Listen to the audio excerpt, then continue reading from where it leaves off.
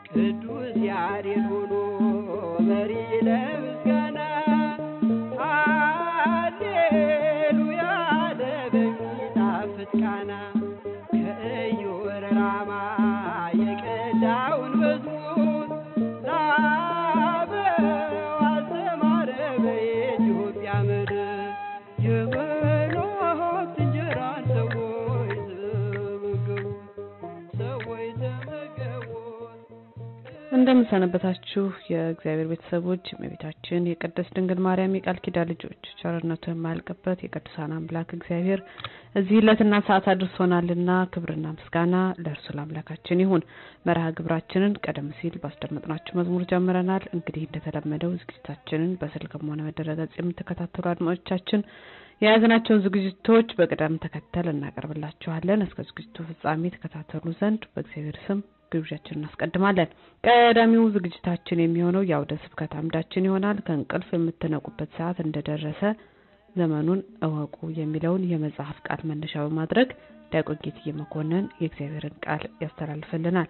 ትምህርቱ እንዳበቃ ትምህርት ሃይማኖት አምዳችንን እናስከትላለን። በዚህ አምዳችንም ሥርዓተ ቤተክርስቲያን በተመለከተ ያዘውን ዝግጅት ካለፈው ሳምንት የቀጠለውን ያቀርብልንና ወደ ክርስቲያናዊ ሕይወት አምዳችን እናልፋለን።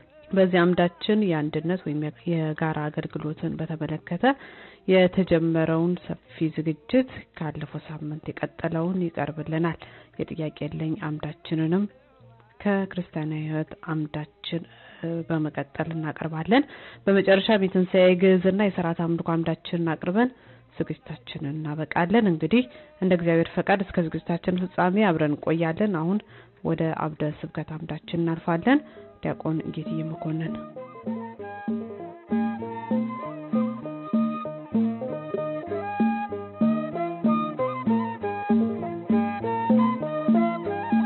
እንደ ጽራሪያ ኢትዮጵያ ሆናለች ያለ ረፍት ጌታዋን ታመሰግናለች። ልጆቿን በምድር ሱራፌል መስለዋል።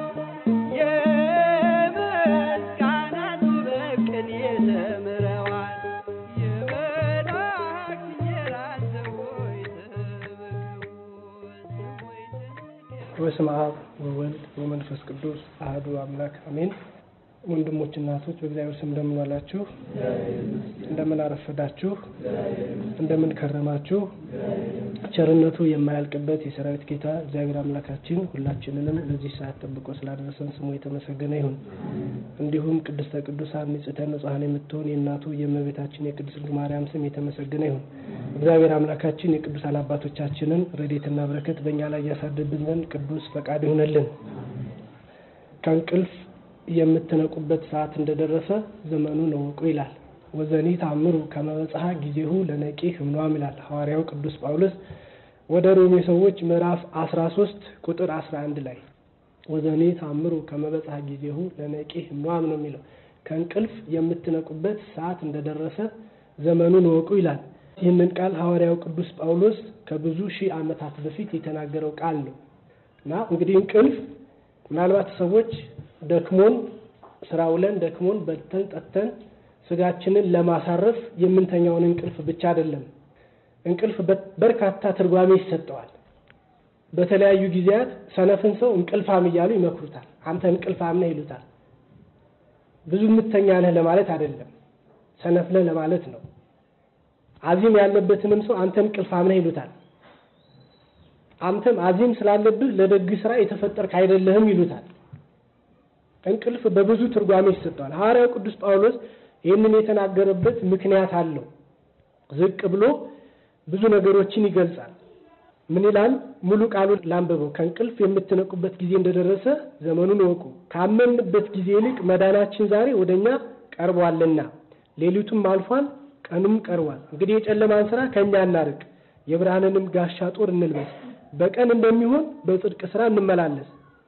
ስለዚህ ቀን ብርሃን ስለሆነ ብዙ ነገሮችን የምንሰራበት፣ ብዙ ነገሮችን የምናከናውንበት፣ ወጥተን የምንገባበት፣ ነገሮች ሳያደናቅፉን የምንጓዝበት ነው ብርሃን ከሆነ ማለት ነው። ብርሃን ብዙ ነገሮችን የምንሰራበት፣ ትልቅ ግብ የምናገኝበት፣ ትልቅ ድል የምናደርግበት ነው። ብርሃን ከሌለ ብዙ ሰው ብዙ መንገድ መሄድ አይችልም። ብርሃን ከሌለ ብዙ ሰው ብዙ ስራ መስራት አይችልም። ስለዚህ ያንን ነው ብርሃን ባለበት ቦታ ሁሉ በጽድቅ ስራ እንደሚመሰል ጌታችን መድኃኒታችን ኢየሱስ ክርስቶስን ሐዋርያትን እናንተ የዓለም ብርሃን ናችሁ ነበር ያላቸው። እናንተ የዓለም ብርሃን ናችሁ ነበር ያላቸው። በብርሃን የሚሰራ ስራ የሚያግደው ነገር የለም። በብርሃን የሚሰራ ስራ ግልጽ ነው። በብርሃን የሚደረግ ነገር ሁሉ ለምንሰራቸው ለምናገኛቸው የድል ውጤቶች ትልቅ መንገድ የሚያስገኙልን ብርሃን ባለበት ቦታ ስንሄድ ነው። ለዚህ ነው ሐዋርያው ቅዱስ ጳውሎስ መጀመሪያ እንቅልፍ ብሎ እንቅልፍን የጠቀሰው። ከእንቅልፍ የምትነቁበት ሰዓት እንደደረሰ ዘመኑን ወቁ ነው የሚለው።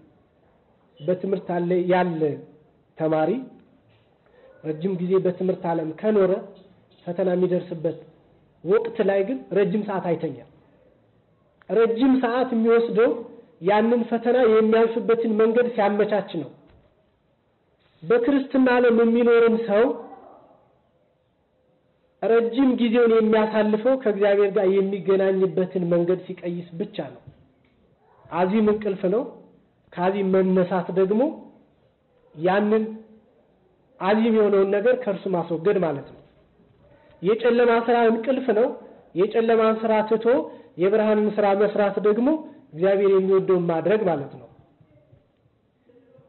እግዚአብሔርን አለመጠየቅ እንቅልፍ ነው። ከእግዚአብሔር ጋር አለመኖር እንቅልፍ ነው። ይሄንን ነው ከእንቅልፍ የምትነቁበት ሰዓት እንደደረሰ ዘመኑን ወቁ የሚለው። ዛሬ ቤተክርስቲያናችን ባለባት ክርስቲያኖች ባለብን እንደ ቀድሞ አባቶቻችን የደረሰብን መከራ የለም። ሲመዘን የለም፣ ጭራሽ መከራ የለም። በዚህ ዘመን አትጸልዩ ብሎ የከለከለን የለም። አትጹሙ ብሎ የከለከለን የለም። ክርስትናን አትስበኩ ብሎ የከለከለን የለም። እነርሱ እኮ እስከ መታረድ የደረሱበት ጊዜ ነበር፣ በክርስትና ማለት ነው። ይሄንን ቃል የጻፈው ሐዋርያው ቅዱስ ጳውሎስ ራሱ በሮም አደባባይ አንገቱን የተሰየፈው ስለ ክርስትና ሲሰብክ ነበር፣ ስለ ክርስትና ሲመሰክር ነበር። እንዲህ ያደረገን ነገር የለም። ነገር ግን ከዚህ የተሻለ ለኛ ለሚመስለን እኛ ባለንበት ዘመን እኛ ባለን አይምሮ ውስን በሆነው አይምሮአችን እቺ ጠባባ ፈተና ታስጨንቀናለች። እቺ ጠባባ ፈተና ከኛ በላይ እንድናስብ ታደርገናለች። ስለዚህ ይሄንን ማለፍ ይጠበቃል ነው። በዚህ ሰዓት ክርስቲያኖች መጸለይ የሚገባቸው ጊዜ ቢኖር ዛሬ ነው። በዚህ ዘመን ማልቀስ የሚገባብን ጊዜ ቢኖር በዚህ ዘመን ነው ማልቀስ የነበረብን። ረጅም ጊዜ ወስደን እግዚአብሔርን ልንጠይቀው የሚገባ ዘመን ቢኖር የዚህ ዘመን ነው። ብዙ ሰዎች ይማረራሉ። ለምን እዚህ ዘመን አደረስከን ይላሉ። ልክ ነው። እኛም እንማረራለን። ለምን እዚህ ዘመን ደረስን ብለን የምንማረርበት ጊዜ አለን። ላይጎልብን ይችላል። የጎደለብን ግን መንፈሳዊ ሀብትና መንፈሳዊ ዕውቀት አለ። የተቀማንና ከኛ የተወሰደ ጸጋ አለ። ያንን ጸጋ ለመመለስ ግን ካመንበት ጊዜ ይልቅ መዳናችን እንዲቀርብ እግዚአብሔር ልንጠይቀው ያስፈልጋል። ወደ እግዚአብሔር መጠጋት የእግዚአብሔር ሰዎች ልንሆን ያስፈልጋል። እግዚአብሔር እያንዳንዳችንን ለከንቱ ነገር አልፈጠረንምና ማለት ነው። ለከንቱ ነገር አልፈጠረንም። ከሁሉም የሚከብደው መሪ ሆኖ መገኘት ነው። በተለይ በዚህ ዘመን መሪ ሆኖ መገኘት፣ ከጀርባ ብዙ ሰዎችን አስከትሎ መሮጥ መጓዝ ከባድ ነው። ለምን? ሌሎች ሰዎች የኛን አርአያ አይተው እንዲሄዱ ማለት ነው። ሐዋርያው ቅዱስ ጳውሎስ በሌላ መልእክቱ ላይ ጽፏል። የቀደሙት አባቶቻችሁን በእምነት እየመሰሏችሁ የእነሱን የእምነት ፍሬ እየተመገባችሁ ኑሩ ሲለን በከንቱ አልነበረም። እነርሱ ምን ሰንተው ነው ያለፉት? እነርሱ በምን መንገድ ነው የሄዱት? እነርሱ የትኛውን ህይወት ነው የመረጡት? እነርሱ የትኛውን ተጋድሎ ነው የተጋደሉት? ያንን ተጋድሎ ስለተጋደሉ ነው እግዚአብሔርም ለእነርሱ ሁሉን ነገር አመቻችቶላቸው የሚቀበሉትን ሰማዕትነት ቅዱስ ቅዱስ እያሉ ይቀበሉት ነበር። የሚቀበሉትን መከራ ተመስገን እያሉ ይቀበሉ ነበር። ሐዋርያው ቅዱስ ጳውሎስ በአንድ መልእክቱ ላይ ስጠግብም አንተን እንዳረሳ በጣም ስደክምና በጣም ስታመም ደግሞ አንተን እንዳልክድህ ነገር ግን ስጋዬን የምጎስምበት ትንሽ ህመም ስጠኝ ነው ነበር። ይሄ የሁል ጊዜ ጸሎቱ ነበር። በጣም ከጠገብኩ አንተን እረሳሃለሁ አለ። ጤነኛ ከሆንኩ አንተን እረሳሃለሁ ነው የሚለው። ደግሞ በጣም ከታመምኩ ደግሞ አንተን እክድሃለሁ። ስለዚህ በሁለቱ መካከል እንዳልሆን አንተንም እንዳረሳ አንተንም እንዳልክድህ ነገር ግን ስጋዬን የምጎስምበት ህመም ስጠኝ እያለ ይጸልይ ነበር። ያ ህመም እኮ የግድ የስጋ ህመም ላይሆን ይችላል። ወዳችን መታመም የለብንም፣ ልባችን መታመም የለበትም፣ ራሳችን መታመም የለበትም። መንፈሳዊ ህመም እኮ አንዱ ትልቁ ህመም ነው። መንፈሳዊ ህመም ሰዎች የሚያቆስሉን መንፈሳዊ ህመም እኮ አንዱ ትልቅ ህመም ነው። ስለዚህ ይሄን እንዳንዘነጋ ነው ሐዋርያው ቅዱስ ጳውሎስ ንቁ የሚለን ማለት ነው። ከዚህ በተጨማሪ ደግሞ አርያ መሆኑን ሲያበክር ሐዋርያው ቅዱስ ያዕቆብ በምዕራፍ 1 ቁጥር 18 ላይ እስመ በፈቃዱ ወለደነ በጽድቀ ዚአሁ ከመንኩን ቀደምተ ለፍጥረቱ ይላል። ለፍጥረቱ የበኩራት አይነት እንድንሆን፣ በኩር ማለት እንደ ቤተክርስቲያናችን ትርጓሜ ቀዳሚ፣ መጀመሪያ፣ ቀድሞ የተገኘ የህልም በኩር አለው። ቀድሞ የደረሰ እህል በኩር ይባላል። ቀድሞ የተወለደ ልጅ በኩር ይባላል። ክርስቶስ ደግሞ ይሄንን ዓለም በብርሃንነቱ ከመቤታችን ተወልዶ ስላዳነው በኩር የሚል ስያሜ ተሰጥቶታል። የድነት በኩር ነው። ዓለምን ከጨለማነት ወደ ብርሃን ያመጣ ከጠፋንበት የፈለገን አምላካችን ስለሆነ ማለት ነው። ስለዚህ ለፍጥረቱ የበኩራት አይነት እንድንሆን ነው የሚለው። አስቀድሞ በእውነት ቃል አስቦ ወለደን ነው የሚለው። በከንቱ የተፈጠርን ፍጡሮችም አይደለንም ሰዎች። እግዚአብሔር በራሱ አርአያና ምሳሌ ሲፈጥረን በከንቱ አልነበረም። ይሄንን ነው የሚለው።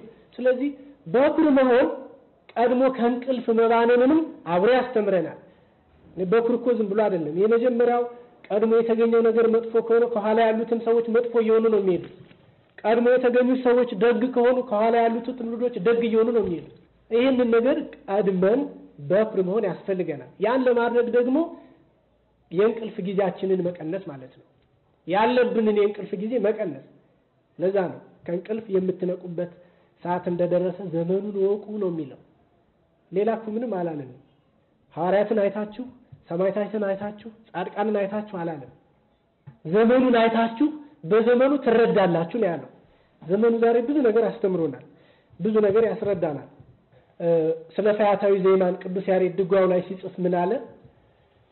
ባለቀ ሰዓት በመጨረሻ ሰዓት አምላክ መሆኑን እንዴት አወቅክ ብሎ ይጠይቀዋል።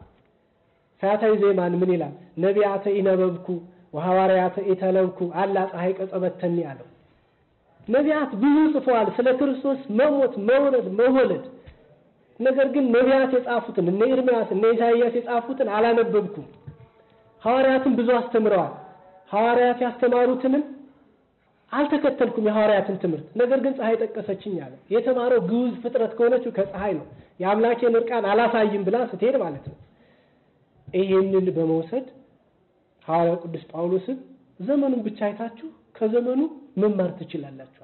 ስለዚህ ዘመኑ ያስተማረን ነው። ዛሬ እኛ አይደለም ዘመኑን የምናስተምረው። እኛ ነበርን ቀድመን ዘመኑን ትውልዱን ማስተማር የነበረብን። ዛሬ ግን ዘመኑ ቀድሞ ዘመኑ እኛን እያስተማረን ነው። በሚመጣው ነገር ሰው ይገርመዋል። ትላንት እኮ እንዲህ ነበር ዛሬ እንዲሆነ ይላል። ያኮ ትምህርት ነው ራሱ።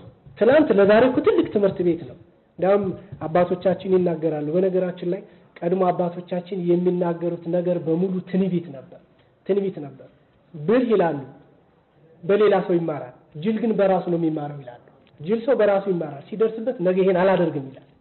ብልህ ደግሞ ትላንት ከሌ እንዲህ ስለሆነ እኔ ይሄንን ነገር አላደርግም ብሎ ይማራል ይላሉ። ቃሉ ይሄንን ነው የሚያስተምረን። ብዙ እንቅልፎች አሉብን፣ ብዙ አዚሞች አሉብን። ያንን ነገር አስወግደን እግዚአብሔር አምላካችን አገልግሎታችንን ህይወታችንን እንዲባርክልን ያለን ጊዜ እንዲሰጠንና እንዲባርክልን ቅዱስ ፈቃዱ ይሁን። የእግዚአብሔር ጸጋ፣ የእግዚአብሔር ወልድ ፍቅር፣ የእግዚአብሔር መንፈስ ቅዱስ አንድነት፣ የእመቤታችን የቅድስት ድንግል ማርያም ምልጃና ጸሎት ከሁላችን ጋር ይሁን። ወስብሐት ለእግዚአብሔር። ቃሉን እንድንሰማ ለፈቀደልን ለልዑል እግዚአብሔር ክብርና ምስጋና ይሁን። ላስተማሩንም ለዲያቆን ጌትዬ መኮንን ቃለ ሕይወት ያሰማልን፣ በእድሜ በጸጋ ይጠብቅልን። ይህ በማድመጥ ላይ ያላችሁት የማህበረ ቅዱሳን ዝግጅት ነው። አስተያየት ወይም ጥያቄ ካላችሁ በ202 596 9888 ደውሉልን። 202 596 9888 አሁን በማስከተል የምናቀርብላችሁ የትምህርት ሃይማኖት አምዳችን ይሆናል። ስለ ሥርዓተ ቤተክርስቲያን የያዘውን ዝግጅት እነሆ።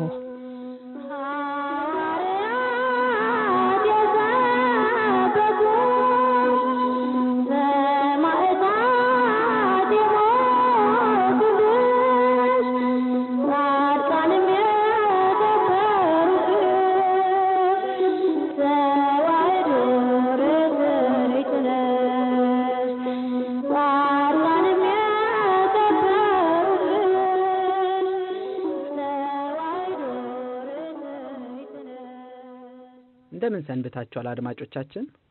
በትምህርት ሃይማኖት አምድ ስር ስለ ሥርዓተ ቤተክርስቲያን የጀመርነው ዝግጅት ዛሬም ይቀጥላል።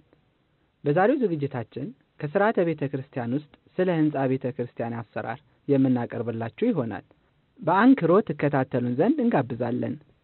ስለ ሕንጻው ቤተክርስቲያን አሰራር ከማየታችን በፊት የቤተክርስቲያንን ትርጉሞች እንንገራችሁ። ቤተክርስቲያን 3 ትርጉሞች አሉት። አንደኛ የክርስቲያኖች አንድነት ወይም ጉባኤ ምእመናን ነው። በማቴዎስ ወንጌል ምዕራፍ 10 ቁጥር 20 ላይ 2 ወይንም 3 በሆናችሁ በስሜ በምትሰበሰቡበት በዚያ በመካከላችሁ እኔ እገኛለሁ ባለው አምላካዊ ቃል መሰረት ክርስቲያኖች በአንድነት የሚያደርጉት ስብስብ እግዚአብሔር መገኛው ወይም ማደሪያው ስለሚያደርገው የክርስቲያኖች ስብስብ ቤተክርስቲያን ይባላል።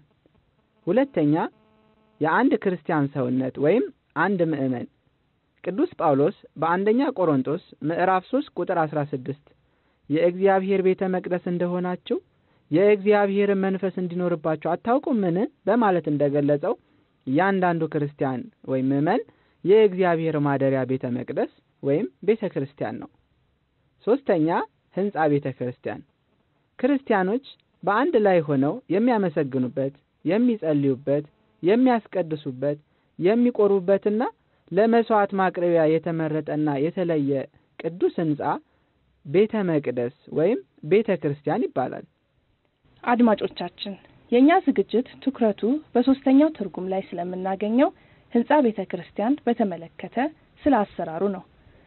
አዳም እግዚአብሔር ይቅር እንዲለው መስዋዕት ያቀርብበት የነበረው ቦታ፣ ከጥፋት ውሃ የዳኑባት የኖህ መርከብ፣ ስላሴ በረድኤትና በበረከት ለአብርሃም የተገለጠበት የመመሪያ አድባር ዛፍ፣ አብርሃም ልጁን ይስሐቅን ሊሰዋ ያለበት የሞሪያ ተራራና የሲና ተራራ ለዛሬይቱ አማናዊት ቤተክርስቲያን ምሳሌዎች ከሆኑት መካከል ናቸው። ከላይ በተጠቀሱትና በእነሱ ጥላነት በሐዲስ ኪዳን ለተመሰረተችው ቤተክርስቲያን ቅድስት ቤተክርስቲያን ሥርዓት አውጥታ በአፋና በውስጥ ስለሚከናወኑ አምልኮታዊ ድርጊቶች ታስተምራለች። ከነዚህም ትምህርቶቿ አንደኛው ስለ ሥርዓተ ሕንጻው ነው። ቤተክርስቲያን በየት ቦታ ይተከላል ወይም ይሰራል? በሕገ ልቦና አዳምን መስዋዕቱን በደብረ ቅዱስ፣ አብርሃም ልጁን ይስሐቅን እንዲሰዋ በሞሪያ ተራራ፣ ያዕቆብንም ቤቴልን በሎዛ እንዲያደርግ ያስተማረ እግዚአብሔር ነው። በዘመነ ሙሴም ስለ ታቦቱና ታቦቱን ስለሚያኖሩበት ድንኳን ወይም የመገናኛ ድንኳን የመትከያ ቦታና አሰራር ያስተማረ እርሱ እግዚአብሔር ነው። ቅዱስ ዳዊት በእጁ ደም ስለነበረበት እግዚአብሔር ልጁ ሰለሞን እንደሚሰራው ቃል ገብቶለት ስለነበረ እግዚአብሔር ከጠቢዩ ሰለሞን ጋር በመንፈስ ሆኖ ቤተ መቅደሱን እርሱ በፈቀደው ቦታ እንዲሆን አድርጎ አሰርቷል። ከዚህ የምንረዳው ቤተ መቅደስ የሚሰራው ሰው በፈለገው ቦታና ጊዜ ሳይሆን ባለቤቱ እግዚአብሔር በፈቀደው ጊዜ መሆኑን እንረዳለን። በዘመነ ሐዲስ ሰዎች በአንድ ቦታ ቤተክርስቲያንን መስራት ሲፈልጉ በመጀመሪያ ስልጣነ ክህነትና የእርሱ ተወካዮች እንዲሆኑ አድርጎ የሾማቸውን ኤጲስቆጶሳት ማናገር ቀዳሚ ተግባር ነው። ኤጲስቆጶስ እግዚአብሔርን በጸሎት ለምኖ እንዲሰራ አሊያም እንዳይሰራ ፈቃድ ይሰጣል።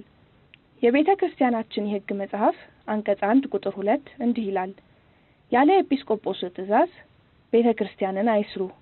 አንድ ሰው እንኳ ደፍሮ ከዚህ ውጪ ቢሰራ በውስጧ እስከ ዘላለም ቁርባን አይቅረብ። ቄሱም ይህን ተላልፎ በውስጧ ቁርባንን ቢቆርብ ይሻር።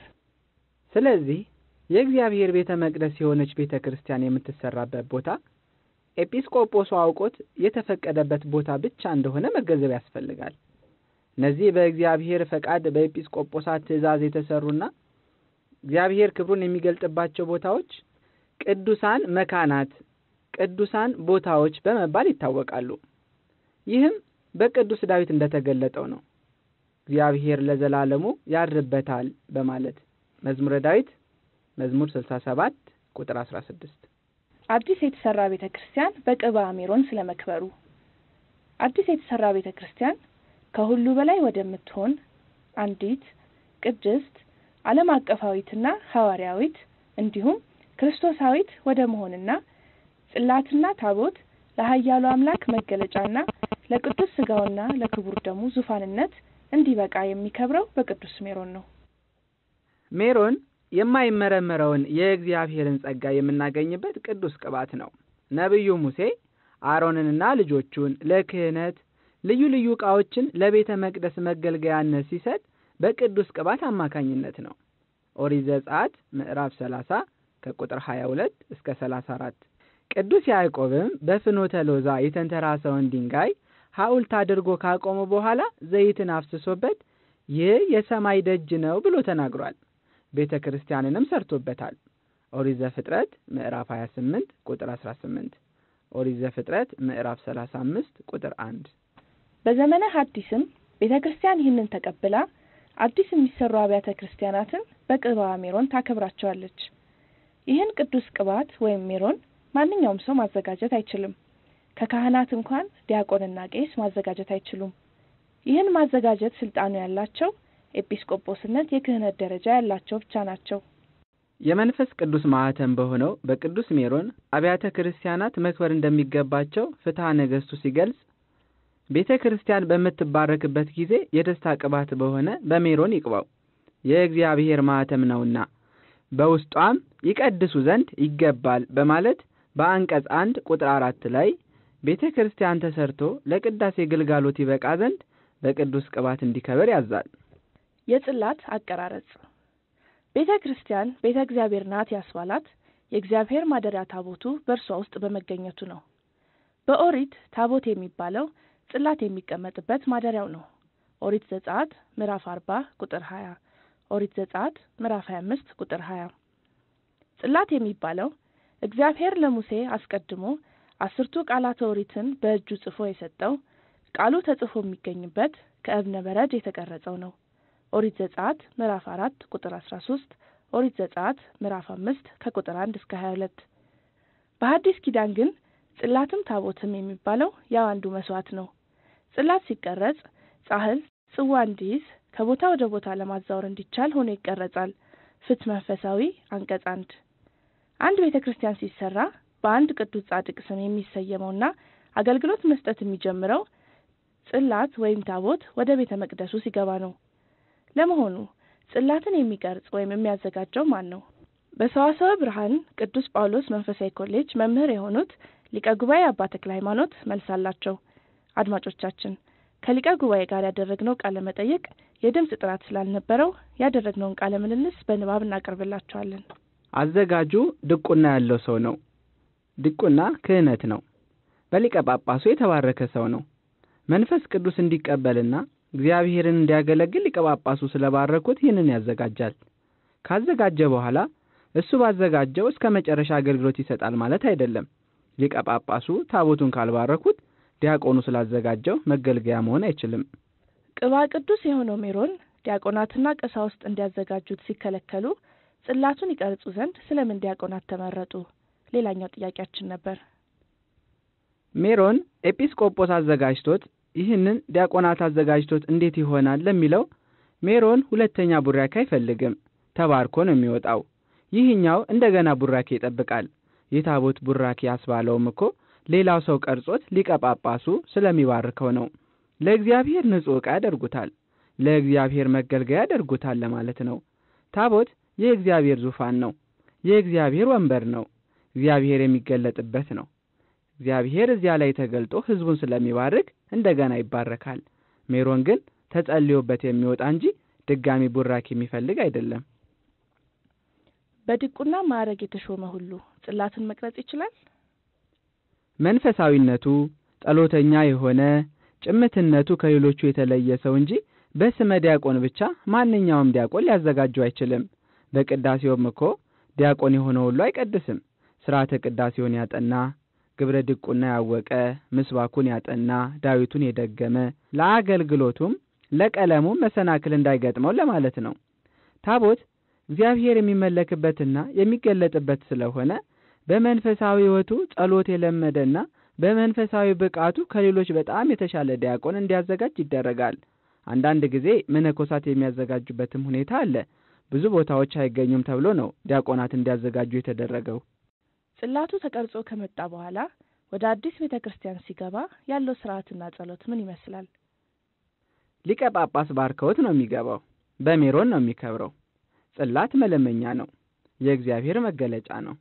የእግዚአብሔር ስሙን የተጻፈውም ስም ከመለስሙ ለእግዚ ኢየሱስ ክርስቶስ ይስግድ ኩሉ ብርክ ዘበሰማይ ወዘበምድር፣ በሰማይም በምድርም ያለ ጉልበት ሁሉ ለኢየሱስ ክርስቶስ ሊሰግድ ይገባዋል ወይም ይስገድ የሚል ነው። ይህ ስም የእግዚአብሔር ስም ነው። ሰው ሁሉ ለእግዚአብሔር ስም እንዲሰግድ ይህን ብሎ ጽፎ ከቀረጸ በኋላ የተቀረጸውን በሥራ ላይ ለማዋል በሜሮን ያከብረዋል። ይህ ሜሮን የሚባለው ደግሞ ሁሉንም የሚያከብር ሁሉንም የሚቀድስ ነውና ሜሮን ቅብዘ ይቄድስ ኩሎ ለትምህርት ባህቤ ነስከዮም ሃሎ እንዳለ ሜሮን ሁሉን የሚቀድስ ነው። በዛ ሊቀ ጳጳሱ ያከብሩታል። ያ የከበረው ጽላት ወደ አዲስ ቤተክርስቲያን ገብቶ እዚያ ላይ መንፈሳዊ አገልግሎት ከዋዜማ ጀምሮ ያለው አገልግሎት ይገለገልና በዚያው አያይዘው ማህሌት በዚያው ላይ ያደርሳሉ። ነገር ግን ውስጥ ከገባ በኋላ ዙሪያውን ውደት ተደርጎ ወንጌል ተነቦ ነው የሚገባው። ዙሪያውን ወንጌል እየተነበበ መስተብቋት እየተጸለዩ፣ መስተብቁ ማለት ከእግዚአብሔር ጋር የሚያገናኝ የምልጃ ጸሎት ቅዱስ ባስልዮስ የደረሰው ነው። ዙሪያውን አቡኖች የሚባሉ ምስጋናዎች ቅዱስ ያሬድ የደረሳቸው፣ ስለ ኦሪቱ ቤተ መቅደስ የተደረሰ ጸሎትና ያ ቤተ መቅደስ ደግሞ አሁን ቤተ መቅደስ ቤተ ክርስቲያን ተብሎ እግዚአብሔር ይመለክበታል፣ ይመሰገንበታል። ይህንን ጸሎት አድርሰው ኪዳን አድርሰው በሥርዓተ ቅዳሴው በታቦቱ ላይ ቅዱስ ሥጋውና ክቡር ደሙ ይዘጋጅበታል። ቅዳሴው ሲያበቃ ሥርዓተ ንግሡ ይካሄዳል። እንግዲህ አድማጮቻችን ስለ አዲስ ቤተክርስቲያን አሰራር ያዘጋጀንላችሁ ዝግጅት ይህንን ይመስላል። በሚቀጥለው ዝግጅት የቤተክርስቲያን አሰራር ይዘትና ቅርጽን በተመለከተ ይዘን እንቀርባለን። ሰላም እግዚአብሔር ከእናንተ ጋር ይሁን።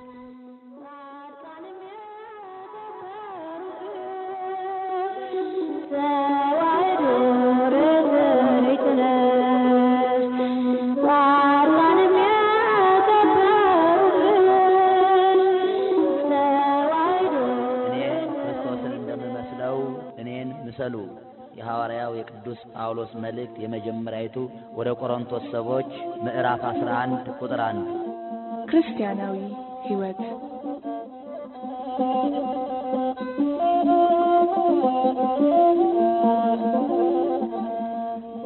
ጤና ይስጥልኝ ውድ አድማጮቻችን፣ ከሳምንታት በፊት የጋራ አገልግሎት በሚል ርዕስ የጀመርነውን ዝግጅት ቀጣይ ክፍል እነሆ እንደ እግዚአብሔር ፍቃድ ወደ እናንተ ልናደርስ ይዘን ቀርበናል።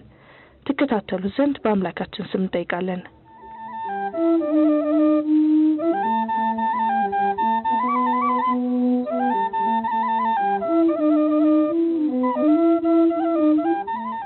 የጋራ የአንድነት ወይም የቡድን አገልግሎት ተቋማት በአገልግሎታቸው ውስጥ የሚያጋጥሟቸው መልካም አጋጣሚዎች ይኖራሉ። በዚህ ልክ ደግሞ ስጋቶችም ይኖራቸዋል።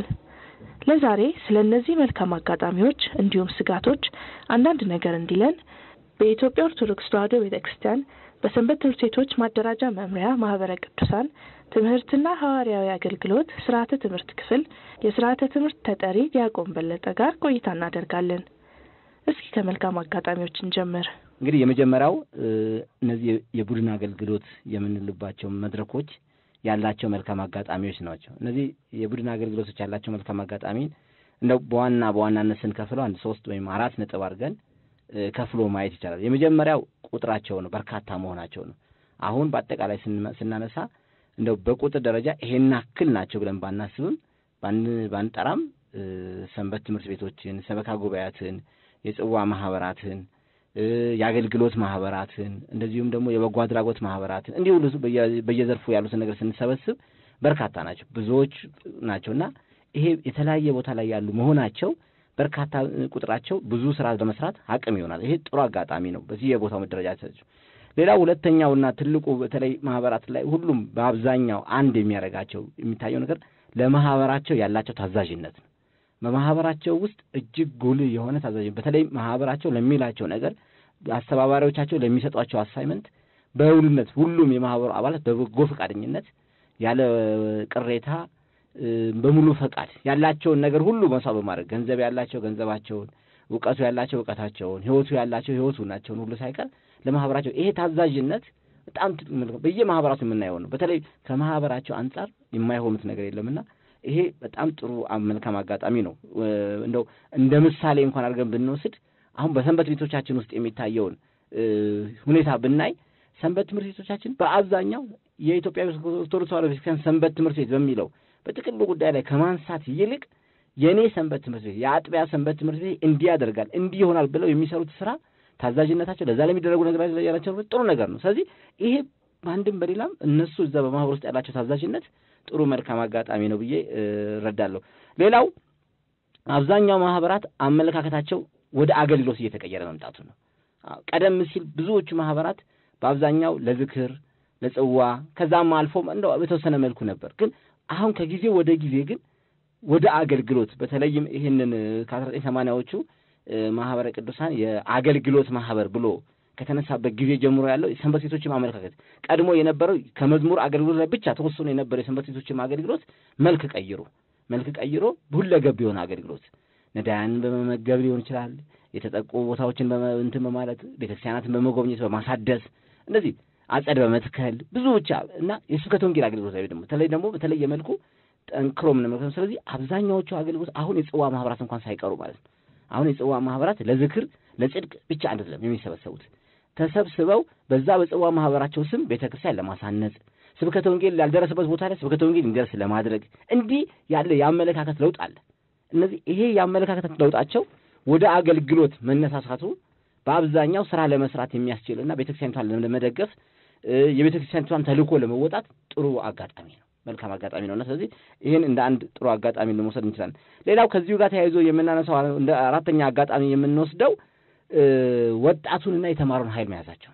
አሁን እነዚህ ቡድን አባላት የምንላቸው አብዛኛዎቹን በቁጥር ያሉትን አብዛኛዎቹን ስንወስድ በአብዛኛው እያሰባሰቡ ያሉት ወጣቱን አካል ወጣቱን ትውልድ። ይሄ ደግሞ መሆኑ በውስጣቸው በመንገዳቸው በአጠቃላይ ተለዋጭ የሆነ ተተኪ የሆነ ትውልድ የማግኘት እንትናቸውን ያሳድገዋል። ይሄ ቤተክርስቲያኒቷ ከተጠቀመችበት በአግባቡ ከመራችው ዛሬ የቡድን አገልጋዮች ወይም በቡድን የተሰባሰቡ በማህበራት የተሰባሰቡ አገልጋዮች መልካም የሆነ አጋጣሚዎቻቸው ናቸው ብለን እናስባለን። ስጋቶቻቸውስ ምንድን ናቸው? ዲያቆን በለጠ እንዲህ ይቀጥላል። አሁን መታሰብ ያለበት ትልቁ ነገር ስጋቶች አሉ። በየአገልግሎቱ ትልቅ እንትን የሚሆነን ያሉባቸው ስጋቶች ናቸውና ከነዚህም ውስጥ አሁን በርካታ ስጋቶች ይኖራሉ። ግን እንደው የወል የሚሆኑትንና ለመፍትሄ ማንደርደሪያ የሚሆኑትን ስንመለከት ዋና የምንላቸው ነው። የመጀመሪያውን ስናነሳ ትልቁ በተለይ በማህበራቱም ሆነ በቡድን አገልጋዮች መካከል ያለው ትልቁ ችግር ያለ መደማመጥ ችግር ነው። አንዱ ቡድን አንዱ ማህበር ከአንዱ ማህበር ጋር የመደማመጥ ችግር አለበት። ተስማምቶ ተደጋግፎ አንተ ትብስ እኔ ትብስ ብሎ የመስራት ስለ አንዲት የቤተክርስቲያን ዓላማ ሁሉም በራሳቸው ጠባይ ቅድም እንዳልነው ይሄ ራሳቸው መወደዳቸው ታዛዥነታቸው ጥቅም እንደሆነ ሁሉ በአንጻሩ ደግሞ ስለ ራሳቸው ብቻ ማሰባቸው ፈተና ይሆናል። የኔ ይበልጣል በቃ የኔ ስም የኔ ሁኔታ ይገነን የሚሉት ነገር ስለሚያመጡ ይሄ በመሆኑ ትልቅ ለቤተክርስቲያን እንትን አለውና ይሄ ትልቅ ስጋት። ይሄንን ያመለካከት ለውጥ መቀየር ያስፈልጋል። አሁን ይሄ ስጋት ካልተቀየረ በስተቀር ዛሬ ባለው ሁኔታ ብዙዎች አሁን በየአጥቢያዎቹ ስንሄድ መንሳት እንችላለን። ለምሳሌ እንደው አሁን በቅርብ ጊዜ ከዚህ ከጥምቀት በዓል አከባበር ጋር ተያይዞ በየአጥቢያዎቹ በብዙ ሰንበት ቤቶች የተነሳውን ማንሳት ይችላል። እነዚህ በመንገድ ላይ መንገድ እያጸዱ ምንጣፍ እያነጠፉ የተሰባሰቡትን ወጣቶች የሰንበት ቤት ወጣቶች በጥሩ ጎን አልተቀበሏቸው። ሰንበት ትምህርት ቤቶቹ እኛ እንዳልናችሁ እኛ የተማርነው ኮርስ ተምራችሁ እኛ እንትን ያልናችሁን ተምራችሁ ካልገባችሁ አይሆንም። እነዛ ደግሞ እኛ አዲስ ነው እግዚአብሔርን የጠራን እግዚአብሔር ነው ከመንገድ ያመጣን። ስለዚህ የግድ የእናንተን ውስጥ መግባት የለብንም። የራሳችን ተንተምሮ የራሳችን መዋቅር ተፈጥሮ እንዲህ አሁን በያው ላይ የዚህ መሳሳብ አለ። የዚህ መሳሳብ ለአስተዳደሩ እየተረፈው ነው፣ ለየቤተክርስቲያኑ አስተዳደር ለሰበካ ጉባኤው እየተረፈው ነው ያለው። ይሄ የሚያሳየው አንድ ጥሩ መገለጫ የሚሆነው ምንድነው? መደማመጥ አለመቻላቸው። ስለዚህ ቢደማመጡ ግን ህብረት ይሆናሉ። ሰንበት ቤት ያሉት ወጣቶች እነዚህ ወጣቶች አዲስ የመጣው የኋላው የፊቱን እየተጠባበቀው ቢሄድ የተሻለ እንትና ይሄ አንዱ ትልቅ ስጋት ነው። ሌላው በስጋት አቅጣጫ የምንመለከተው ወጥ የሆነ መመሪያና አስተዳደራዊ እንትን ስለሌለ ነው። አሁን በማህበራቶች ውስጥ ስንመለከት ወይም በአገልግሎት ውስጥ ስንመለከት ሁሉም ማህበራት፣ ሁሉም የቡድን አገልግሎቶች፣ ሁሉም ሰንበት ቤቶች ማለት ይቻላል በተወሰነ መልኩ ሰበካ ጉባኤያት በእንትኑ በቃለ ዓዋዲው ለመመራት ይሞክራሉ ያስባሉ። ቢሆንም በእነሱ መካከልም ቢሆን ወጥ የሆነ አስተዳደር የለም። እንደየ አጥቢያው የተለያየ ነገር አለ። ሰበካ ጉባኤ ስንት አንዱ አጥቢያ ያለው የሰበካ ጉባኤ የሚሰራበት አሰራርና በሌላው አጥቢያ ያለው የሰበካ ጉባኤ የሚሰራበት አሰራር ይለያል። በአንዱ አጥቢያ ያለው ሰንበት ትምህርት ቤት ከሌላው አጥቢያ ሰንበት ቤት ይለያል። በአንዱ አጥቢያ ያሉት የጽዋ ማህበራት ከሌላው ሰንበት አካባቢ ካለው የጽዋ ማህበራት የተለያዩ ናቸው። ስለዚህ ሁሉም እንደፈቀዱ አይሞራቸው እንደመጠነላቸው ወይም ደግሞ እነሱ ይረበጀናል እንዳሉት መጠን ነው መተዳደሪያቸውን የሚያወጡት ውስጥ ደንባቸውን የሚያወጡት። ይሄ ወጥ አለመሆኑ እንደኛ ደንብ እንዲህ ነው እርስ በርስ የመጣላት የግጭት መንስኤ ይሆናል። የግጭት መንስኤ ብቻ መሆኑ ሳይሆን ወዴት አቅጣጫ መሄድ እንዳለባቸው ለቤተክርስቲያኒቷ ተቀዳሚ ተልእኮ እንዲያተኩሩ አያደርግም። ስለዚህ ይዛ የፈቀደ እንትን ውስጥ ያምጣና ይሄ ወጥ የሆነ አስተዳደር አለመኖሩ መሰረታዊ ትልቅ ሌላው ችግር ነው። ሌላው ከዚሁ ጋር ተያይዞ የሚመጣው ትልቁ ስጋት በተለያየ ሁኔታ የሚያገኙት ገቢ ጉዳይ ነው። አሁን የገቢ ጉዳይ አገልግሎቱን እየረሱ ወደ ምንድነው በተለያየ ቋንቋ እንደምንገልጸው ወደ ቢዝነስ እንደሚሉት ወደ ገዛ አይነት ወስደውታል።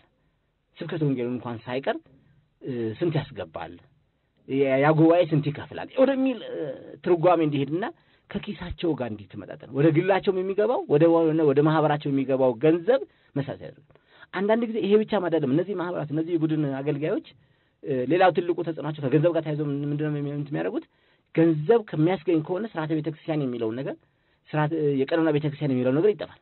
ቀስ በቀስ ይሄ ደግሞ ወደ ዶግማም ይወስዳል። ከዶግማ ቤተክርስቲያን እንደዚህ ማለት ምልክቶች ይታዩባቸዋል፣ ክስተቶችም አሉ። ስለዚህ በገንዘብ ገቢ ምክንያት በሚመጡ ነገሮች ብዙ ጥፋቶች አሉና ስለዚህ ገቢያቸው እንዴት መያዝ አለበት? ገቢያቸው እንዴት ነው መቆጣጠር ያለብን? መሰፈር ያለበት እንዴት ነው የሚለው ነገር መልክ መያዝ አለበት። አለበለዚያ ይሄ ስጋት ነው። ፈቃዳዊ የሆነ አገልግሎት ከጥቂት ጊዜ በኋላ ወደ ሽያጭ አገልግሎት ይቀየራል ማለት ነው። ሌላ በተወሰኑ ሰዎች ሐሳብ ላይ መንተራሱን አሁን ብዙ ጊዜ የማህበራት አገልግሎት ወይም ደግሞ የሰንበት ቤቶች አገልግሎት ስንመለከት ቀድመው በተነሱ ወይም ደግሞ በወቅቱ ሰዓት ጥሩ ግንዛቤ በፈጠሩበት ሰዎች አስተሳሰብ ይነሳል። የነዛ ሰዎች አስተሳሰብ ለውጥ የለውም። ወይም ደግሞ በሆነ ሰዓት በለውጥ ተነስተው የመሩ ሰዎች ከጥቂት ጊዜ በኋላ ከወቅቱን እንትን ጋር አይቀያየሩም። ከዚህ የተነሳ የቡድን አገልግሎት በእነሱ ይደረጋል። ሌላ አብዛኛው ቅድም ባልነው በታዛዥነት መንፈስ ስለሚቀበላቸው ሁሉ ጊዜ እነሱ ናቸው እና በቡድን አገልጋዮች ውስጥ ከመነሻቸው እስከ መጨረሻቸው ድረስ ስንሄድ አንድ አይነት ነገር ብቻ ይሆናል። ለውጡን ዘመኑ የሚያመጣቸውን አንዳንድ ክስተቶችን ገዝተው ዋጅተው ወደሚቀጥለው ነገር ለማምጣት ችግር የለባቸው። ይሄም በተወሰኑ ሰዎች አስተሳሰብ ላይ ስለሚመራ ነው። ብዙ ጊዜ ስንመለከት የብዙዎቹ ማህበራት ወይም ደግሞ የብዙዎቹ ሰንበት ትምህርት ቤት አመራሮች ለረጅም ዓመታት የተወሰኑ ሰዎች ናቸው። እንደው አንዳንዶቹ እንኳን መመሪያም አለን ትናንት ለሚባል በስም ልውጥ አንደኛው ትናንትና ሰብሳቢ የነበረው ምናልባት ቀይረው ዛሬ ቁጥጥር ወይንም ደግሞ የትምህርት ክፍል ኃላፊ ግን እዛው አመራር ውስጥ እዛ ሐሳብ ውስጥ ስለዚህ ሁሉ ጊዜ ምን አለ ማለት ነው አንድ ሐሳብ ነው ያለው። ውስን ሐሳብ ነው ወይ ደግሞ የውስን ሰዎች ሐሳብ ነው። ከጥቂት ጊዜ በኋላ እነዚህ ነገሮች ምን እየሆኑ ይሄዳሉ? የኔነት ያዳብሩና የግለሰብ ባለቤት ድርጅት ይሆናሉ። ተቋም መሆናቸው ሲስተም መሆናቸው ወይም ደግሞ አሰራር መሆናቸው ይቀርና የሰዎቹ ብቻ ይሆናሉ። አሁን በዚህ ውስጥ ነው አሁን ብዙዎቹ ማህበሮቻችን ላይ ያለው ወይም የቡድን አገልጋዮቻችን ላይ ያለው ተጽዕኖችና እነዚህን ስጋቶች መቅረፍ ማሰብ ያስፈልጋል። ውድ አድማጮቻችን እነዚህ ስጋቶች እንዴት ይቀረፋሉ የሚለውን ርዕስ ለሳምንት እናቆይና ለዛሬ በዚሁ እንሰናበት። ቸር አምላካችን ቸር ያቆየን።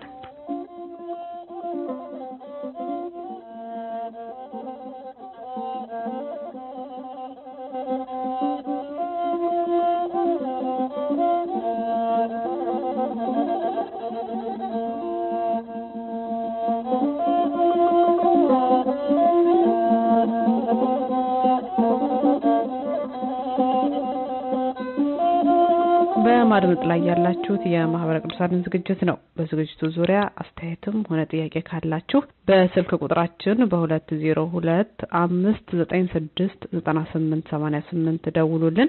በተከታዩ የአየር ሰዓታችን የጥያቄ አለምዳችን እናቀርባለን። አሁንም በድጋሜ መልካም ቆይታ። ጥያቄ አለኝ።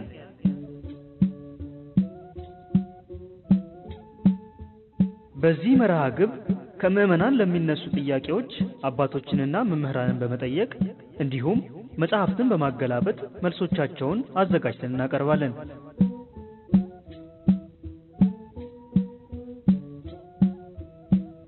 ጥያቄ አለኝ። ደብተራ የሚለው ቃል ምንጩ ግዕዝ ነው። ደበረ የሚል ቃል ነው ምንጩ። ይሄ እንዲህ ሲል በተለይ የኦሪት ምስዋ ማለት ነው፣ መሰዊያ ማለት ነው፣ ድንኳን ማለት ነው፣ ተድባብ ማለትም ይሆናል። ደብተራ ማለት ሙሉ የመዘምርነት ችሎታ የሌለው እየተመራ እየተከተለ የሚዘምርና አብዛኛውን ጊዜ ከአሰረ ክህነት በስተቀር ስልጣነ ክህነት የሌለው የቅኔ ማህሌት አወዳሽ ማለት ነው። በመዘምርነቱ ሙሉ ችሎታ ያለው ሲሆን ምን ይባላል ሲባል ግን መምህር ከሆነ ግን ያንድ ሙያ መምህር መርጌታ ይባላል። ደብተራ አይባልም። እሱ የመዘምራኑ አለቃ ነውም ደግሞ እሱ በቃ እውነትም መርጌታ ነው። ሁሉንም ነገር የሚያከናውነው እሱ ነው። እንደምን ቆያችሁ ክቡራን አድማጮች። በመግቢያችን ላይ እንዳደመጣችሁት ባለፈው ሳምንት ስለ ደብተራና መርጌታ ምንነት እንዲሁም በቤተክርስቲያንና በማህበረሰቡ ህይወት ውስጥ የነበራቸውን ሚና ሊቀ ትጉሃን ኃይለ ጊዮርጊስ ዳኘን ጠይቀን ምላሻቸውን አስደምጠናችሁ ነበር።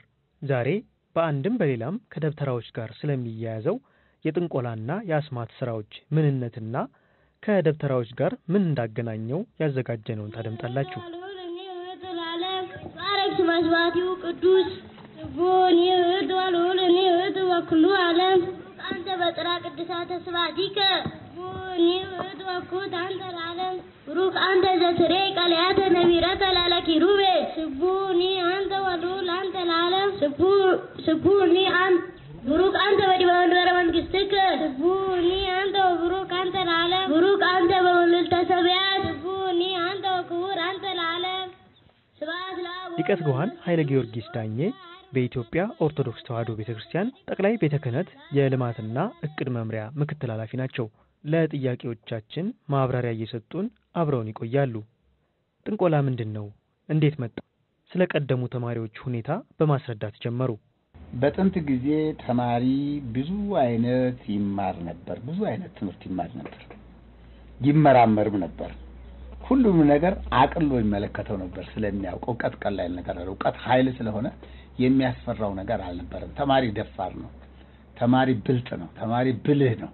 ችግር በሚመጣበት ጊዜ ለችግሩ መፍትሄ ያገኛል። ቶሎ አይምሮ በብዙ ነገር በማንበብ ብዙ ነገር በመስማት ብዙ ነገር በማየት ጊዜውን ስላጠፋ ሁሉን ነገር አቅልሎ ነበር። ለሕዝበ ክርስቲያኑ ለሕዝቡ ከባድ ነገር መስሎ የሚታየው ነገር ይቀለው ነበር። በሕዝቡም የዋህነት ይቀልድና እግዚአብሔርን ካልፈራ አንዳንዱ ይዝናናበት ነበር። ሕዝቡ ጅላጅል ስለነበረ ሕዝቡ አያውቅም አያነብም። እንዲሁ ገበሬ ነው፣ እንዲሁ በመላ ነጋዴ ነው፣ እንዲሁ በመላ ምናምን ነው። ስለዚህ ሁሉ ነገር ጨለማ ስለሚሆንበት ይፈራል ወይም ስህተት ይፈጽማል። በዚያ ተማሪው ብልጣብልጥ ስለሆነ ሕዝቡ ሲጃጃል ሴቱም ወንዱም ሲጃጃል እሱ ይቀልዳል እና ደግሞ ይዝናናበታል። ብዙ የተማሪ ተረት ብዙ ማቅረብ ይቻላል እና ይዘናናበት ነበር። በህዝቡ ዘንድም ተማሪዎች ፍጹም አዋቂዎች ተደርገው ይገመቱ ነበር። ተማሪ ከሆነ የቆሎ ተማሪ ከሆነ ደበሎ ረሰ ከመጣ በጣም አዋቂ ይመስላል። ባያውቅም አዋቂ በቃ ያወቀ መስሎ ይታየው ነበር። ይከበርም ነበር፣ ደግሞ እንደገና ይናቅም ነበር። ሁለቱም አለ።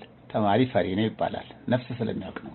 ነፍስ ካመለጠች እንደማትመለስ ስለሚያውቅ ዝም ብሎ ዱላ ሲነሳ በለው ግጠም አይልም። አንዳንዱ በስልት ካልሆነ በስተቀር ይሸሻል። አካል እንደሚጎል ስለሚያውቅ ማለት ነው።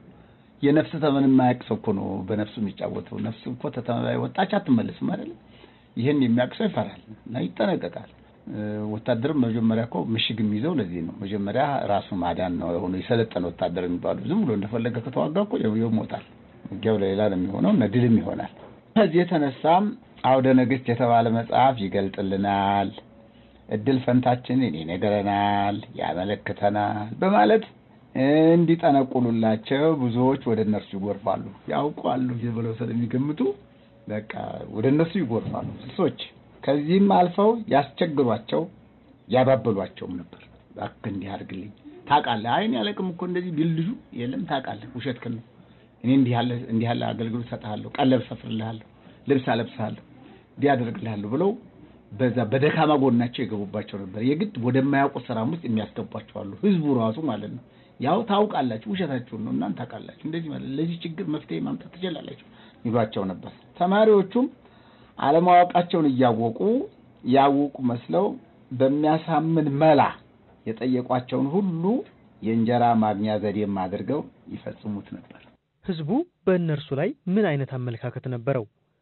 በስራዎቻቸውስ ላይ ምን ያህል ግፊት አድርጓል? ተማሪዎች ዕውቀትን እጽዋትንና ስማቸውን ጥቅማቸውንም ያውቃሉና በልዩ ልዩ ደዌ የታመመን ያድናሉ ተብሎ ይታመን ነበር። እጽዋትን ዝርዝራቸውን ያውቃሉ። የእጽዋትን ስም ገበሬው የማያውቀው ቅጠላ ቅጠል የእጽዋትን ስማቸውን ያውቃሉ፣ ጥቅማቸውን ያውቃሉ። ስለዚህ በልዩ ልዩ ደዌ የተያዘን ሰው እጽዋቱን ቀብተው እጽዋቱን አብልተው ያድኑናል ብሎ ያምኑ ነበር። የህዝቡ አመለካከት ምን ያህል ግፊት እንዳደረገ እንዲገነዘብ ነው ሰሚዋውን የሚፈልገው ያለ። እንዲሁ ዝም ብሎ በተክሲያን ውስጥ የገባ ነገር የለም። ከህብረተሰቡ እንትን ነው የመጣ ነው። ከነርሱም በዚሁ እነዚህ ተማሪዎቹ በዚሁ እየተኩራሩ እድሜያቸውን ሙሉ ስር በመማስ ቅጠል በመበጠስ የሚያሳልፉ ነበር። ትምህርታቸውን ትተው ይሄ ነገር የሚያበላ ከሆነ ይሄ ነገር የሚፈለግ ከሆነ መንፈሳዊ ዓላማውን ትተው ወደ ስጋው ዓላማ ወደዛ ቅጠል ወደ ማጥናት የቅጠል ስም ወደ ማጥናት የቅጠል ስም ቅጠል ወዴት እንዳለ የመዞር የመፈለግ ለምን እንደሚውሉ የማጥናት ያንን መደበኛውን ትምህርት ትተው በዚህ ብቻ ጊዜያቸውን አጥተው የሚመለሱ አሉ። በዚህ ዘመን ይሄ አጋጣሚ ረዳቸው ማለት ነው። እንዲህ ደካ እንዲህ ይፈልጋል እንደዚህ ያደርጋል ወደዚህ እንሂድ እንግዲህ እንነግድ። ከዚህም በላይ ቀይ ወረቀት፣ ነጭ ወረቀት፣ ቀይ ቀለም፣ ጥቁር ቀለም እያሉ የሐሰት ድግምት እየደገሙ ለህዝቡ እየሰጡ ዋጋ በመቀበል በአንገቱ እንዲያስር ያደርጉት ነበር። በዚህ በቀይ ቀለም ይሄ እንዲህ ተጽፎልህ እንዲህ ያደርግህ ቡዳይ ነካም እንዲያደርግ ሰላቢ አይደርስብህም እንደዚህ እያሉ ውሸታቸውን የሆነ ነገር ቀብጥርጥስ የማይታወቅ ትርጉም የማይሰጥ ስም ላይ አጽፈው በዛ አንዱ በቀይ አንዱ በጥቁር ያሉ የውሸት ነገር ምታት እያስመሰሉ እዛ ያደርጉ ነበር። እንዲያውም በህይወቱ ብቻ ሳይሆን በሞቱ ጊዜም ልፋፈ ጽድቅ እያሉ ከኩነኔ የሚያድን ይመስል አብሮት እንዲቀበር ያደርጉት ነበር። ከኩነኔ ትድናለህ ብለው በአንገቱ ላይ አስረው ከኖሩ በኋላ አብሮት እንዲቀበር ያዙታል እና የዳነ መስሎት ያንን ካንገቱ ሳይወልቅ አብሮ ተገንዞ ይቀበር ነበር። ከልፋፈ ጽድቅ ጋር ተቀበረ ገሌ ይባላል። ተማሪውን ይሄን ያዘዘው የልፋፈ ጽድቅን ሳታወልቁ ቅበሩ ይሉ ይናዘዛል። ግን ዋጋው የለም ዝም ብሎ ነው። ይሄ ለምን ሆነ? ከቤተ ክርስቲያን ጋር ለምን ተገናኘ? ሊቀ ትጉሃን ኃይለ ጊዮርጊስ ምክንያቱ 3 ሊሆን ይችላል። ምክንያቱ 3 ለምን ሆነ? ይሄ ከቤተ ክርስቲያን ትምህርት ጋር ለምን አብሮ ተማሪዎች ለምን እንዲህ ያለ ስራ ይሰሩ ነበር ቢባል አንደኛው የተማሪው ምግብ አለማግኘትና ለዚህ ሲል ይህን ማታለል ዘዴ አድርጎ በመጠቀሙ ምግብ የለውም የሚበላው ነገር ስለሌለው ምግብ ለማግኘት ሰው የማይጠበብበት ነገር የለም። የመጀመሪያው ምንም የሰው ፍላጎት ምግብ የመጀመሪያው ከባድ ነገር ነው። ምግብ አለማግኘት የዕለት ምግብ አለማግኘት በጣም ከባድ ነው። የዕለት ምግብ የሚያስገኝ ከሆነ አቋራጭ ትምህርትንም ተምሮ ይማራል። እውነተኛውን ትምህርትም ይማራል። ይሄን ነገር እየሰራ ይሄን የዕለት ምግብ ካገኘው በኋላ ድጓዬን እጨርሳለሁ። ይሄንንም በጎን እያካሄደ ምግብ እያገኘ ድጓውን ይማራል። ጾም ድጓውን ይማራል። ቅኔውን ይማራል። ወደ እውነተኛውም ነገር ይሄዳል። ግን ይሄን የማታለል ስራ የሚሰራው በግዳጅ ነው። ምግብ ማገኝበት ከሆነ እየዞርኩ ከመለምን እንዲህ እያደረኩ የወረቀት እየጻፍኩኝ እንደዚህ እያደረኩ ለህዝብ እየሰጠው የተጠቀመው ነው የሚቸገረኝ እያለ ይጠቀምበት ነበር። አንዱ ይሄ ነው። ሁለተኛው የህዝቡ ንቃተ ህሊና ዝቅተኛ መሆኑና ችግሩ የተቃለለለት እየመሰለው የሙጥኝ እስከ ማለት መድረሱ። የሙጥኝ ይላቸዋል። በቃ ከብቴ ታሞብኛል፣ የሚያድነው ቅጠል ስጠኝ። ባለቤቴ ታማለች፣ የምትድንበት እንዲህ ያለ ነገር ግን ልጄ ታሞብኛል፣ እንደዚህ አድርግልኝ ያለ በግድ ጀድጀናል። ከብት አምጥቶ ምግብ አምጥቶ ልብስ አምጥቶ ያባብላቸዋል። የዚህ ጊዜ ይሄንን መላ ለመፈለግ ይጠበባሉ ተማሪዎቹ።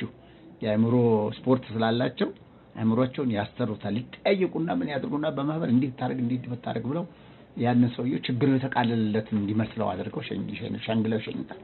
አንዳንዱ ይሳካል እንዲሁ በአጋጣሚ። ሶስተኛው ግን ለምን የሚል ታቶ ሃይ ባይ መምህር እውነተኛም ዳኛ ጠፍቶ ይሄ ነገር አይደረግም። ግዝት ነው፣ ውጉዝ ነው። አንተም ሂድ ለዚህ ጠበል ተጠመቅ፣ ለዚህ ጠበል ተረጭ፣ ለዚህ ቅዳሴ ጠበል ጠጣ፣ ለዚህ ስጋው ደሙ ነው መድኃኒቱ፣ ለዚህ ሐኪም ነው መድኃኒቱ እንደማለት ተማሪ ቤት መጥተው ተማሪውን እንዲያስገድዱት ያስደርጋሉ። የዚህ ጊዜ ተማሪው ምግብ ስለሚያገኝ ተማሪዎቻቸው ስለሚረዱ መምህራኑ እያወቁ ዝም ይላሉ። በጎን የጥንቆላ ስራ እንደሚሰራ ተማሪያቸው ያውቃሉ። የጥንቆላ ስራ የሚሰራ ሰው ተተገኘ ይገረፋል ቢሉ ይተው ነበር። መምህራኑም ዝም ይላሉ እያወቁ። አብዛኞቹም ቢያወግዙም ደግሞ እንዳያውቁ ይደበቃሉ። ዳኛም የለም የሚቀጣ። ይሄ ነገር ሊስፋፋ ቻለ። ስራው ግን የከንቱ ብላሽ ነው። በድብቅ እንጂ ትምህርቱ በወንበር በግልጽ አይሰጥም። ውጉዝ ነው። በቤተክርስቲያን ትምህርት ሆን ተብሎ ወንበር ተዘርግሎ ትምህርት አይሰጥም። በድብቅ ነው። እርስ በርሳቸው ነው የሚያጠሩት። አስተማሪውም ይሄን ነገር የሚያነግረው ከሆነ ደብቆ ለብቻው ሹፍ እንዴት ትፈልጋለህ እንዲህ ያለ ነገር እንዲህ ታረቅቆ እንዲሆናል እንዲህ ብሎ ይነግረዋል እንጂ በይፋ በአደባባይ አይናገርም። የተወገዘ ነው። በወንጌልም በብሉይም የተወገዘ ነው። ባረክ ስብሐቲው ቅዱስ ጎን ይወዳሉል እኔ ወኩሉ ዓለም አንተ በጥራ ቅዱሳተ ስብሐቲከ ጎን ይወዳኩት አንተ ዓለም ሩክ አንተ ዘትሬ ቃልያተ ነቢረተ ላለኪሩ አስማት ሰማይ ብሎ በጌተኛ ቋንቋ ስም ይወጣል። ስም የሚባል ነገር ይወጣል። አስማት ማለት የስም ብዢ ነው። ብዙ ቃል ነው ማለት ብዛቱ ነው። ስሞች እንደማለት ነው። አስማት ማለት ስሞች ማለት ነው። ስም የሚለው ቃል ሲበዛ አስማት ይባላል። ከዚህ ቃል ግን ስማዊ የሚል ቃል ይወጣል። ስማዊ ማለት ስመኛ፣ ስማም፣ ስማውጭ፣ ስምሰጭ፣ ስመጥር ካለ በላይ ባለህቡ ስም ማለት ነው። አስማት የሚደግም ጥፎ የሚያስነግትና የሚያነግት ስም የሚጠይቅ በስም የሚያሟርት ጠንቋይ ማለት ነው። ጠንቋይ ማለት ነው። ጠንቋይ ማለትማ አመልካች ማለት ነው። ፊደልን በሳር እንደዚህ መጠንቆል ይባላል። መንካት ማለት ነው። ይሄ ግን ጠንቋይ ነው የሚባለው። ጠንቋይ አጥሮ ነው። ጠንቋይ ጠንቅ ታውቃላችሁ፣ መዘዝ ማለት ነው።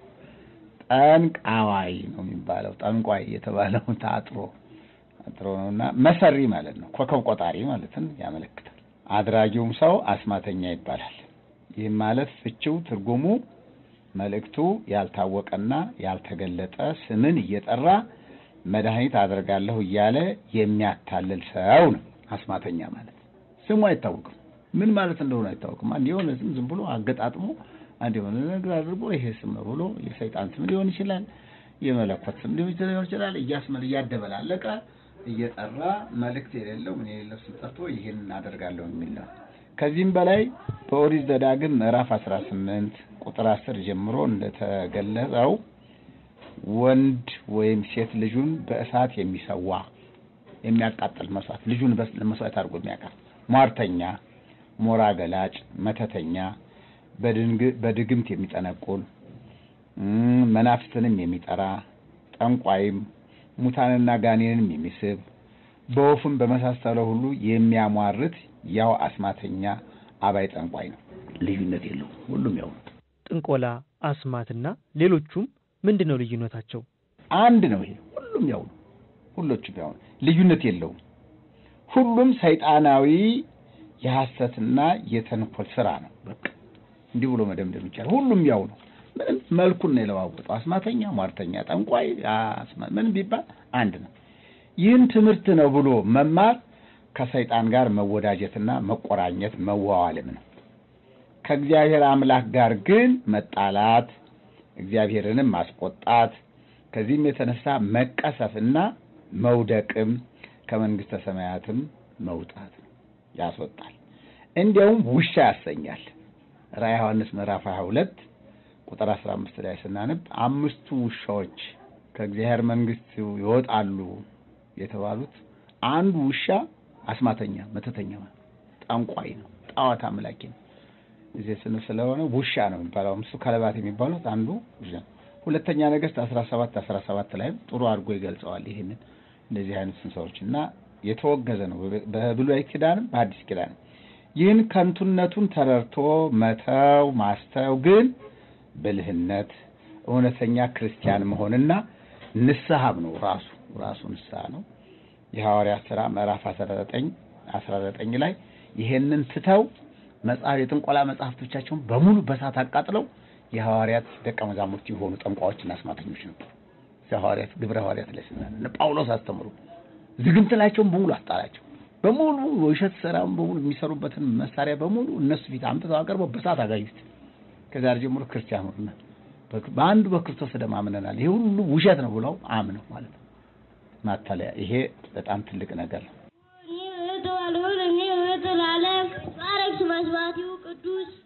ሊቀ ትጉሃን ኃይለ ጊዮርጊስ ዳኜን ቃለ ሕይወት ያሰማልን።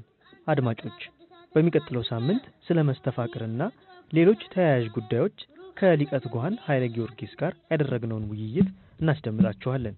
አምላካችን እግዚአብሔር የዚያ ሰው ይበለን።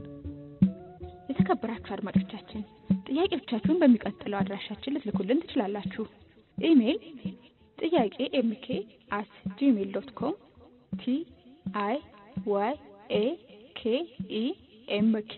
TIYAKEMK@gmail.com ወስብሐት ለእግዚአብሔር።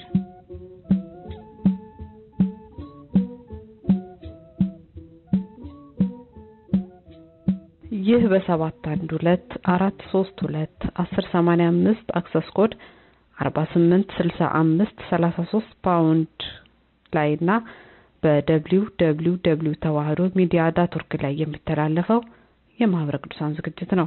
አድማጮቻችን ዝግጅታችን ይቀጥላል። አስተያየት ወይም ጥያቄ ካላችሁ በ202-596-9888 ላይ ደውሉልን።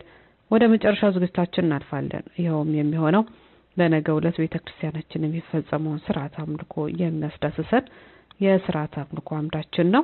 እንደሚከተለው ይቀርባል። እነሆ።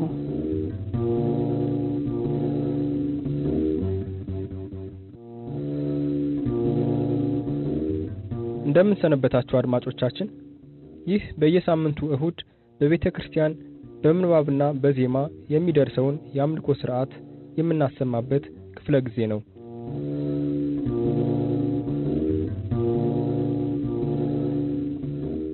ቅዱስ ያሬድ ለዚህ ሳምንት ያዘጋጀው መዝሙር አሰርገወሙ ለሐዋርያት ሐዋርያትን ሸለማቸው ይባላል።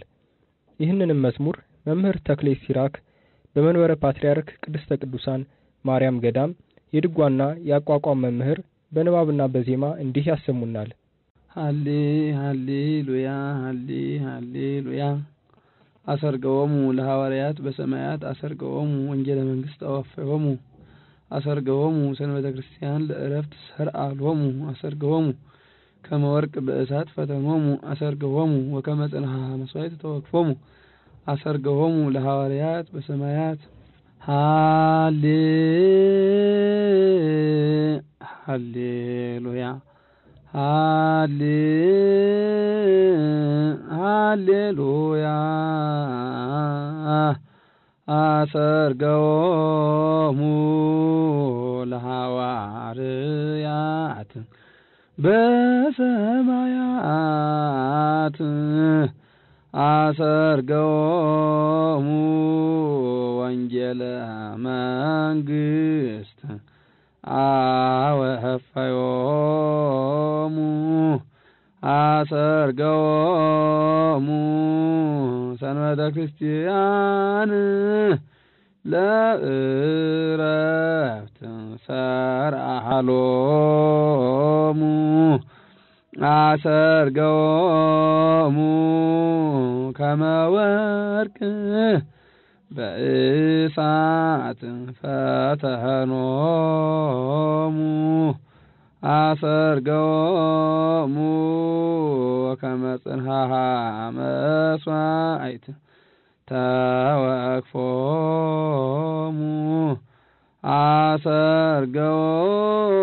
አሰርገዎሙ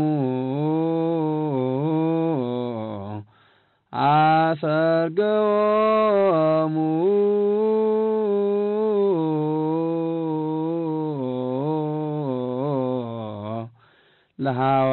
ለሐዋርያት በሰማያት። ትርጉሙም ሐዋርያትን በሰማያት በክብር አስቀመጣቸው፣ መንግስተ ሰማያት የምታስገባ ወንጌልን ሰጣቸው፣ ረፍተ መንግስተ ሰማያትን አዘጋጀላቸው፣ ወርቅ በእሳት እንደሚፈተን በመከራ ጊዜ አጸናቸው፣ እንደ ተወደደ መስዋዕት ሽታም ተቀብሎ በሰማያት ሸለማቸው ማለት ነው። በዕለቱ በቅዳሴ ጊዜ ከመልእክታትና ከሐዋርያት ሥራ ሁለተኛይቱ የሐዋርያው ቅዱስ ጳውሎስ መልእክት ወደ ጢሞቴዎስ ምዕራፍ 4 ከቁጥር 1 እስከ ፍጻሜ፣ ሁለተኛይቱ የሐዋርያው ቅዱስ ጴጥሮስ መልእክት ምዕራፍ 1 ከቁጥር 12 እስከ 19፣ የሐዋርያት ሥራ ምዕራፍ 23 ከቁጥር 10 እስከ ፍጻሜ ይነበባሉ።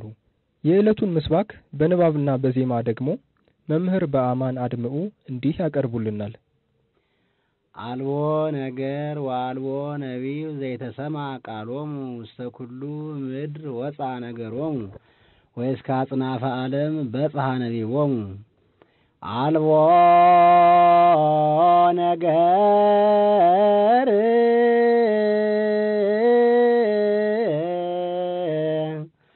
ወአልቦ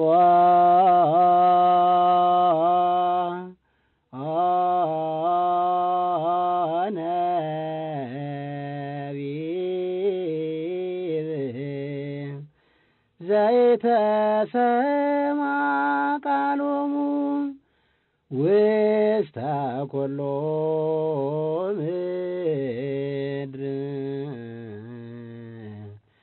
ወፃ ነገሮሙ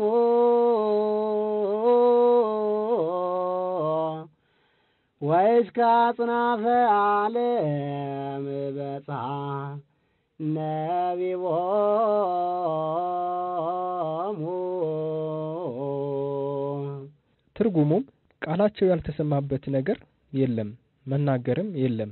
ቃላቸው ወደ ምድር ሁሉ ወጣ፣ ነገራቸውም እስከ ዓለም ዳርቻ ደረሰ ማለት ነው። መዝሙር 18 ቁጥር 3። በቅዳሴ መሃል የሉቃስ ወንጌል ምዕራፍ 6 ከቁጥር 1 እስከ 20 ይነበባል። እንዲሁም በዕለቱ ቅዳሴ ሐዋርያት ይቀደሳል። በሚቀጥለው ሳምንት እስከምንገናኝ መልካም ሳምንት።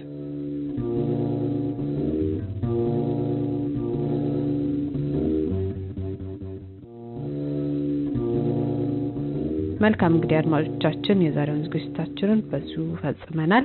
ስለነበረን ጊዜ እግዚአብሔር አምላክ የተመሰገነ ይሁን። በዝግጅታችን ዙሪያ አስተያየትም ሆነ ጥያቄ ካላችሁ ደውሉልን።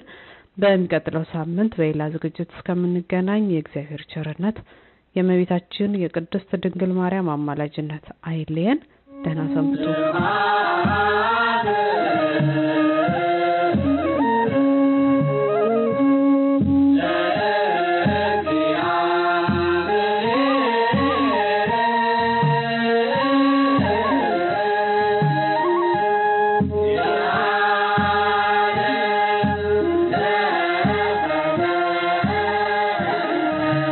ዝግጅቱን ያቀረበላችሁ በማህበረ ቅዱሳን የዋሽንግተን ዲሲና አካባቢው ቀጠና ማዕከል የሬዲዮ ዝግጅት ክፍል በመርሃ ግብሩ እንደተማራችሁ ተስፋ ያደርጋል።